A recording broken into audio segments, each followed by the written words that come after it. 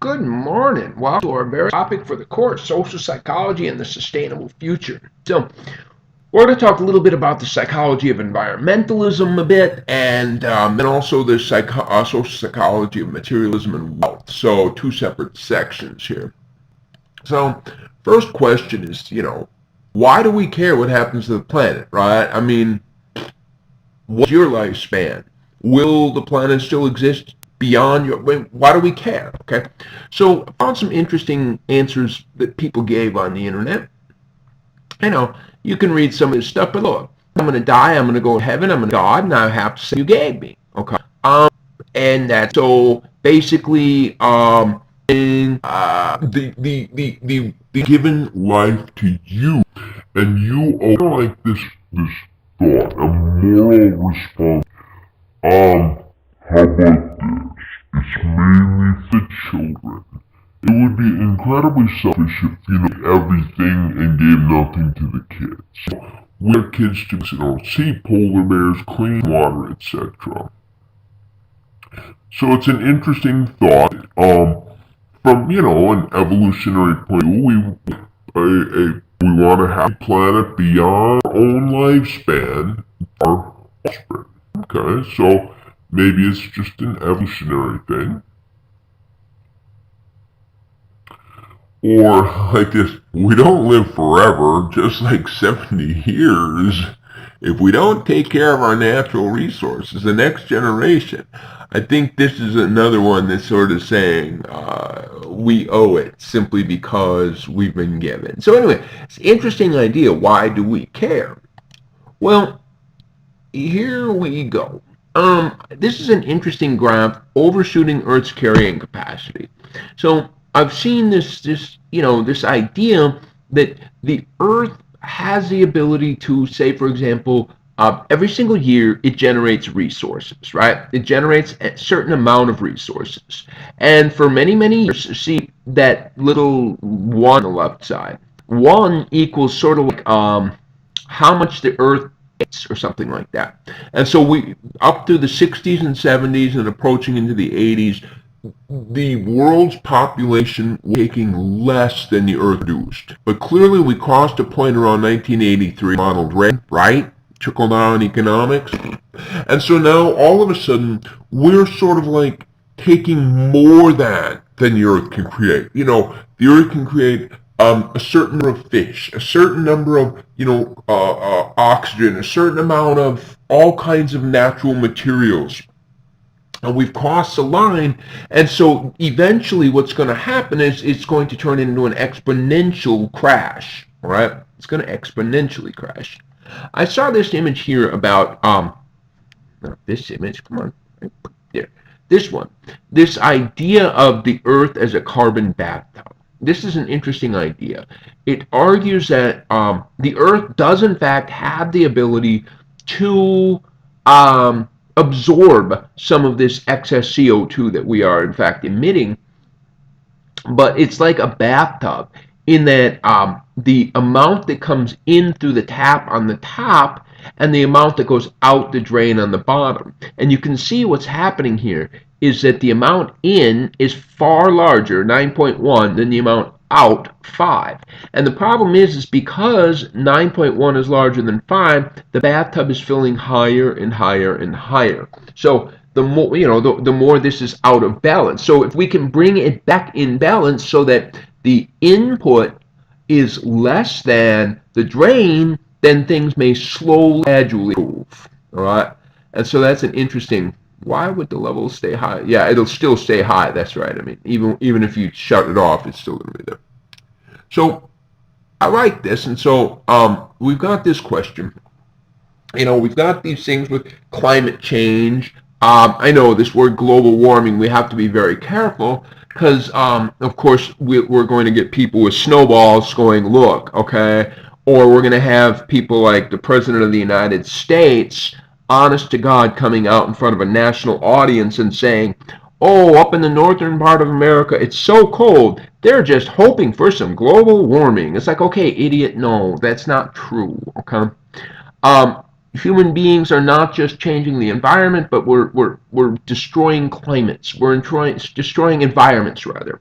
Environments that can never come back again, through so many different ways, exploiting them, etc. Rainforests that are being cut down. These are big problems. Clearly exploding population, though this is an interesting one. Well, I'm going to have to talk a little bit more about it.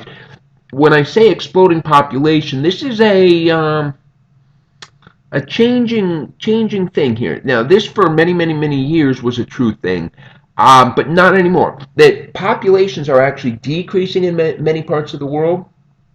The number I've traditionally heard is that every female on Earth, well, no, I mean, if you want to have a population that sustains itself, that stays at an even level, all females must have 2.1 children. Okay? However, almost every part of the world, the number of children that females have is far less than 2.1. Some of the earliest problem places were Russia and Japan. But all of a sudden, China realized so quickly. I've heard in South Korea the rate of children per female 0.95. I mean, It's just on do with 0.95 when 2.1 is the minimum you need to keep a population.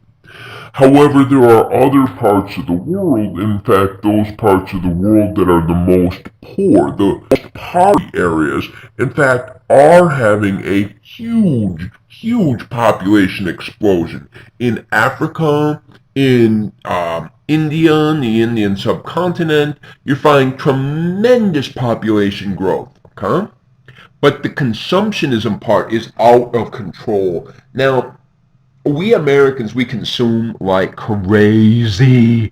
And I mean, oh my lord. And the problem is now with social media and every other kind of media, all of the American consumption is being advertised out to the world with, hey, check this out. And so people now believe this is the way they have to, oh, I'm supposed to have 3 cars and a 10,000 square foot home and all the materials that go into that, including the heating bills and the cooling bills. So it's a big problem. We can see world population growth has in fact grown exponentially in this little graph under my face. You see it picked up rather slowly, but now all of a sudden, bring, there it goes. So here's a question I might ask. So why do people deny climate change? Here's a good social psychology. So I want to tell you a story. All right. Fact is, in science, you can't prove anything. Proof is impossible. I heard a really simple explanation. I want to say it was David Hume, but I don't know, somebody. So anyway, he says, okay, you can drop a ball and it hits the floor. Okay, great. I made an observation. And so I drop the ball and hits the floor. I drop the ball and hits the floor. Okay, I now have a working hypothesis. I hypothesize if I drop the ball, it'll hit the floor. Okay, why do you have that hypothesis? Because I have a handful of observations that demonstrate it. Okay, great. So I have this working hypothesis. If I drop a ball, it'll hit the floor. If I drop a ball, it'll stop at the floor. But guess what? You never know. Maybe the next time you drop the ball and it goes through the floor. What do you know? You drop the ball and it hit the floor a million times, a billion times. It doesn't matter how many times. You don't know what's going to happen after that. And so this is kind of a simplistic explanation, but it's a fundamental truth that you as psychology majors really ought to be aware of, is that you can't prove in science. The word proof is a dirty word in science. You cannot prove. However, if you drop that ball and it goes through the floor even one time, you've disproved. Okay? So disproof in science is a breeze. One shot, gone. But proving is impossible. And because proving is impossible, there's always room for doubt. Okay, maybe you remember your statistics class and you remember that alpha level thing. Remember alpha equals 0.05? That means a 5% chance that I'm wrong. Oh, well then I don't like a 5% chance to be wrong. I'm going to use alpha equals 0.01. Well then you have a 1% chance of being wrong. Okay, I hate that. How about a 0.01? Okay, you have a 0.1% chance of being wrong. Okay, how about 0.0001? All right, I don't care how many point you put on there, it can never be zero. Okay, and that is the whole point about impossible to prove. You cannot have an alpha equals zero. Cannot happen. And so many climate change doubters come out and say, hey, do you know what? Because it's not settled science. And it's like, well, by definition, nothing is settled science. So this is probably that they're taking this statement that it's not settled science and using this as their fundamental argument. And then, in fact, often what these deniers or doubters are doing is they're coming out and saying, well, both sides of the argument deserve equal play time and equal presentation and equal. It's like, no. If one is 99% probabilistic and one is 0.01, you don't get equal presentation of these two sides. These are not in any way equal. You can't equate things that are fundamentally unequal. We have a series of politicians in charge of our country right now that are doing just that. Both sides deserve equal treatment, even though one is 99.99% possible. We've got just a general feeling, a system of all science that has been creeping out. I mean, what the hell is this flat earthers? I mean, where could something like that even be coming from? And so it's the rise of the internet has really allowed for these conspiracy theories and theorists to really gain traction when they didn't used to. But I'm going to tell you a secret about climate change denial. I hope like hell that my side that believes in climate change is fully wrong, and I will be just thrilled to look like an idiot that is completely false. I'll be thrilled if my side, my belief system is completely false. That would make me happy because that means our world is in a good position. But I don't believe this. And so, how many climate change doubters really know deep down that this is real? And I suspect an awful lot of them, okay? A lot of it is all about the kachinga money, all right? We all know what it fundamentally comes down to. And can Cole and Bill have the ability to get our politics, take those climate change deniers and put them in charge. I'm alright. How about this? Maybe if some of these deniers that work so if they deep down know it, misuse, the Freudian defense mechanism of deny something too painful to allow to the surface. Could be true. But I think the secret deep down truth is pretty straightforward. I mean, there's been some discussions that have been starting, and it'll be interesting to see how this moves forward into this Green New Deal idea. But fundamentally, at its core, what it says is, in order to address this climate change, we need major changes. And of course, the argument against the Green New Deal is changes. It's like, okay, so that's the deal. That's where we're. All right. Is that the one? Yeah, there. It is interesting that here are working with developing technologies for changing lifestyles a little. Like the new light bulbs that they have out really are an amazing thing. No, they just take so much less electricity on them. You know, the light bulbs are made with LEDs. This is actually a pretty interesting story. Is that in order to make white light, you need to make what? Yellow, blue, and green?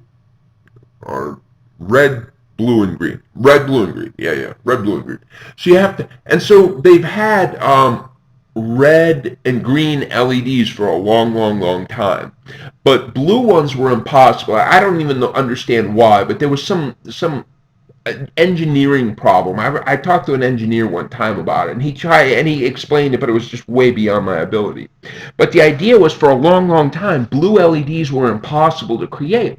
Well, somebody did in fact create a blue, and they won a Nobel Prize for it. And it sounds silly. Yeah, because once you have red LEDs, you put them together inside of a bulb light. Now that's fascinating. These take very little energy. The light emitting diode.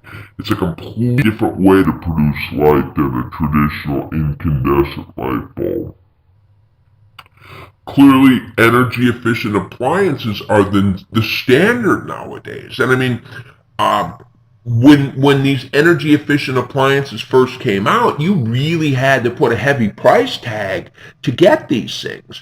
But thankfully, the federal government, the U.S. government, has been putting down an awful lot of regulations on companies require efficiencies, and so all of a sudden, it just comes standard. So we find, I don't keep any paper anymore. I try not to. I do. Ouch. Cars get better mileage. Of course they do.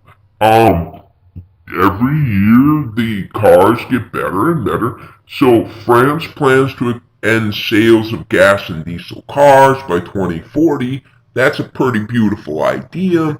But what we find is that in the last handful of years, with the price of energy, price of oil in particular, dropping quite precipitously because of the U.S.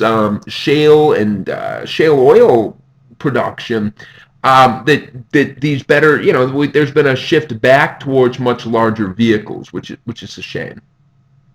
Clearly, new energy sources are on the horizon, things like increased wind energy.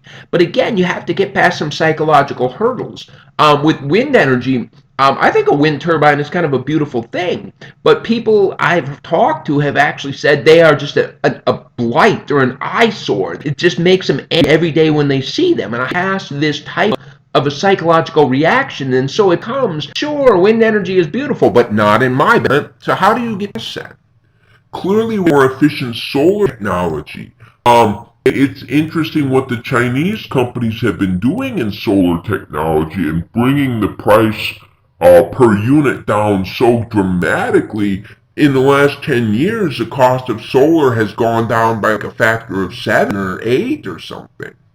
Some very fascinating things are also on the horizon, like creating biofuels from algae. Yeah, turns out that genetic engineers are creating new forms of life that can do amazing things. In fact, they've created a new organism that eats oil. Okay, so when you have an oil spill, you just release this organism into the oil spill, and then it survives, it reproduces, the population of the organisms explodes, eats all of the oil, and now you've got this huge population of these organisms, microorganisms. But once the oil is gone, they starve to death, and they're gone. All right? Wow, what a cool idea.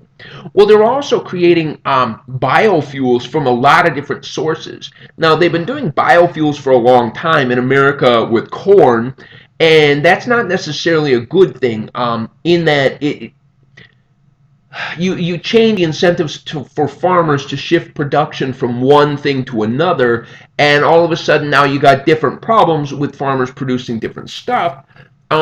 They're doing a lot of biofuels down in Brazil. Brazil's petroleum industry is, or the gas for their cars is almost all biofuels and almost all from sugarcane.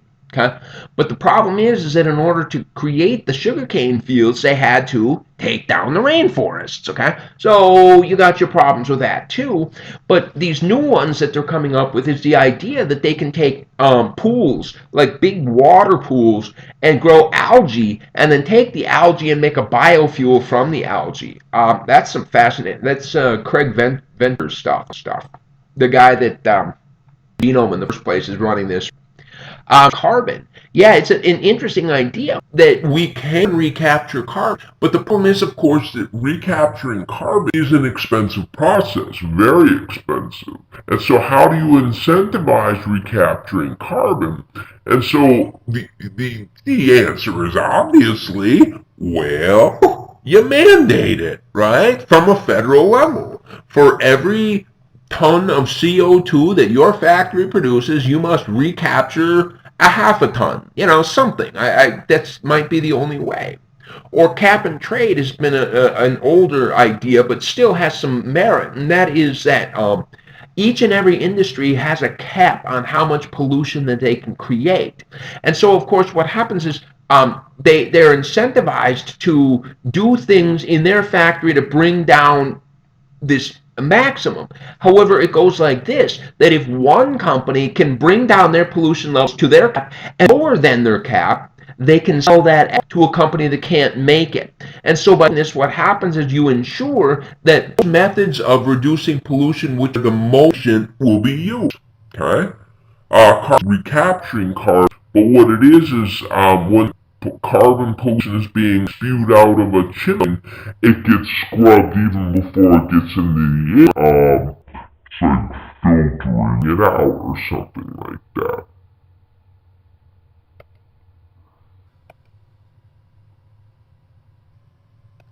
Hello there. So it helps us to understand about enabling styles. We need to understand two basic concepts from economics. It's called elastic and inelastic demand. And so in elastic demand is a situation where the demand for a product changes a lot as the price changes. So like say for example, demand for Pepsi is very elastic, okay? When it's on sale this week, people buy it. It's not on sale, they do a different one, all right? So price goes up or down, demand for the product goes up or down. Well, in this situation, there's lots of alternatives to Pepsi. Okay, try Coke, try whatever you want. There's all kinds of alternatives. You get to situations where there isn't exactly an alternative product. All of a sudden, demand tends to be inelastic. Then the classic example of inelastic demand is gasoline. That we find that regardless of the price, I got to get back and forth to work, right? It doesn't matter what the price is. I have to go back and forth to work. And so to a degree, I am going to consume exactly the same amount of gasoline no matter what the price is. So demand is somewhat unrelated to price. But yet we found in 2008, as you can see on this image down in the bottom left corner, the price of gas spiked, and it was in 2000. It was $5, $4.50, something. It depends, I guess, on where you live in the country. And so all of a sudden, demand did change. All right. So we find that gasoline prices gasoline is not completely inelastic. People will change their behaviors. And so some of the behaviors I had heard was people would lump together their errands, okay? And so when they needed to go out, they would go out to 1, 2, 3, 4, 5, and then not go anywhere else for 4 days, And so they would lump them together, or obviously, to eliminate that driving vacation or something. Okay. Another concept that we really need to understand in order to deal with these problems is utilitarianism. See, because what happens is traditional decision-making theory, basically it says you are a rational decision maker, and this is expected utility theory. A rational decision maker will make those choices that they believe will lead to the best outcome, something like this, But again, even rational decision makers make bad decisions because a rational decision maker makes it they believe will lead to the best outcomes. Well, all traditional decision making research talks about outcomes to you. But what about, when you make decisions, there are consequences not just to yourself, but to others, right? You go to the store and you think, I have a $1 in my hand and there's a candy bar on the shelf. Will I make the decision? And you, the rational actor, will say, okay, how much satisfaction will the candy bar give me? How much satisfaction could this dollar purchase in a different situation? And I'll see which one I'll use it for. But all of a sudden, what happens is we have to consider the person that made the candy bar, perhaps the worker that creates it, or the store clerk that sells it, or and all the different people involved in your transaction. It's not just you, it's about everybody on the supply chain, everybody at the factory, everybody at the store, because everybody's getting a cut of your dollar, right? So it's an interesting idea. no one's happiness is equal, everyone's happiness is equally weighted. And of course, that's not true, because when we make our decisions, outcomes to ourselves are obviously a much bigger deal than the outcomes to others. Outcomes to your family are much more of an important consideration than outcomes to somebody on the other side of the planet that you'll never meet. Okay, but utilitarianism says even if they're on the other side of the planet and you're never going to meet them, outcomes that affect them still matter and should be taken into account in decision making.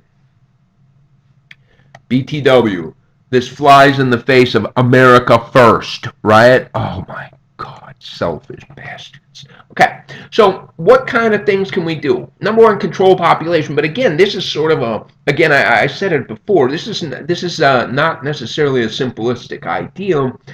China ended their one-child policy in 2015, and what they saw immediately was a spike in population, but that spike only happened for 1 year. So it was almost like there was a buildup. There was a buildup of people that wanted to have a second child and were told they couldn't. Well, we're finding that population is being controlled, again, automatically in many parts of the world. Even the United States has a population growth rate far under that 2.1 number. Highly educated women are having babies later, having fewer children, etc. Better access to uh, uh, birth control. Couldn't even come up with it. Of course, we can moderate consumption using public policies, right? Such as rewarding carpooling. Remember that example where they had the high occupancy vehicle lane, which is rewarding carpooling. I've even seen some states that will incentivize carpooling by giving you a deduction on your state taxes. Okay, or incentivizing hybrids or something like this, right? So going to have a tax break for electric vehicles or something like that. But there's also social movements. Like we find that people will moderate consumption based on peer pressure, perhaps. Recycling can come through peer pressure. Or higher taxes, cigarette taxes, right? High cigarette taxes will reduce the consumption of cigarettes. And so we find that high taxes can moderate any consumption. And so at one point, I don't know, 3-4 years ago, I was on a faculty committee, and it was called the blue plus gold equals green, right? And the whole point of it was to implement recycling across the campus. And so I put this together one time for Psi Chi. I was presenting this for Earth Day. It was an Earth Day presentation. Okay? So here is the deal. I did quite a bit of work looking into the background research into why people do not recycle. What is it? Okay? And so I broke it down. Some people just don't know about recycling. All right? Some people just don't know how or where to recycle. All right? Some people just don't know what to recycle. Okay? Something like that. And so clearly, as part of the blue plus gold equals green committee, our first job was information. Okay, so number one, we put up very obvious, we felt obvious signs telling people where they could recycle, and put up signs, as you can see in the bottom far left, signs showing what could be recycled. Right? So the second reason why people don't recycle is, let's face it, some people are just too lazy, all right? They're, quote, too busy, all right? So what we find is that at the end of class, what do students do? They immediately run out of the class and they just dump whatever they had into the garbage can. And so what we find is in the dorms, it was much the same way, that it is just too easy to, it's too difficult to find the recycling bins. And so what we found is that recycling bins should be in a convenient location. It should be set up such that it is more convenient to recycle than it is to throw it into the garbage. However, as an interesting side note, what I find is that if you make recycling bins more convenient than garbage cans, then people will dump all of their garbage in the recycling bin. Are people really that lazy? This isn't you, is it? Can you seriously be that lazy that you can't possibly, you know you cannot recycle a used napkin, right? Come on, people. So clearly, though, the signs need to be simple, need to be consistent, all right? And so clearly the logo, the little three arrow logo, needs to be everywhere so that it just triggers this understanding without people having to use any cognitive investment. Part of the problem is any benefits from recycling are both delayed and probabilistic. So what happens is, like, who benefits from it? I mean, when will it? Recycling today is just a painful thing. Remember, a lot of my research is on self-control and social cooperation, and so it's like today I have to sacrifice and do the extra work to recycle. So when do I get paid? What is the reinforcement? When is it going to happen? Is it going to happen? All right. And so we find that there are some places, like say for example, here in my house, the city collects my trash and my recycling, two separate buckets, and then what they do is they weigh my recycling bucket every week, and then they give me some kind of credits based on how much I recycle, and it gives you points in a little website, Recycle Bank. It's not that you don't get anything for it for all practical purposes, but it makes you feel good. But I think I actually got a year's subscription to Time Magazine, which was ironic because then I recycled the Time Magazine and filled up the bucket again. Yeah, good irony. So you can also incentivize recycling by increasing the cost of the garbage bill based on the weight of the garbage can. So if you have a simple situation where you are now incentivized for everything I put into the garbage can, I have to pay extra money. If I put it into the recycling instead, I don't pay the extra money. But you can also add social reinforcements clearly in the forms of praise, right? It doesn't have to be monetary. It can be in the form of praise. And then the last basic reason why people don't recycle is that they're just selfish, right? I have to sacrifice, somebody else gets the benefits. Remember the tragedy of the commons. This is a classic tragedy of the commons problem. So how might we perhaps get over this people are too selfish? Well, it's our job to set an example. Okay? We need to be the ones to set the example and show other people, demonstrate. Also realize that recycling is a shift in the cultural mindset. And so change might be coming slower than we want, but it may be a generational shift. And so we parents, we parents have the obligation to get this moving into the next generation. Okay. Also, we find if nothing else works, use shame and guilt. Okay, shame and guilt. It might work. Okay, sounds a little evil and twisted, but it might work. All right, so we'll come back and we'll talk about the psychology of materialism a little bit.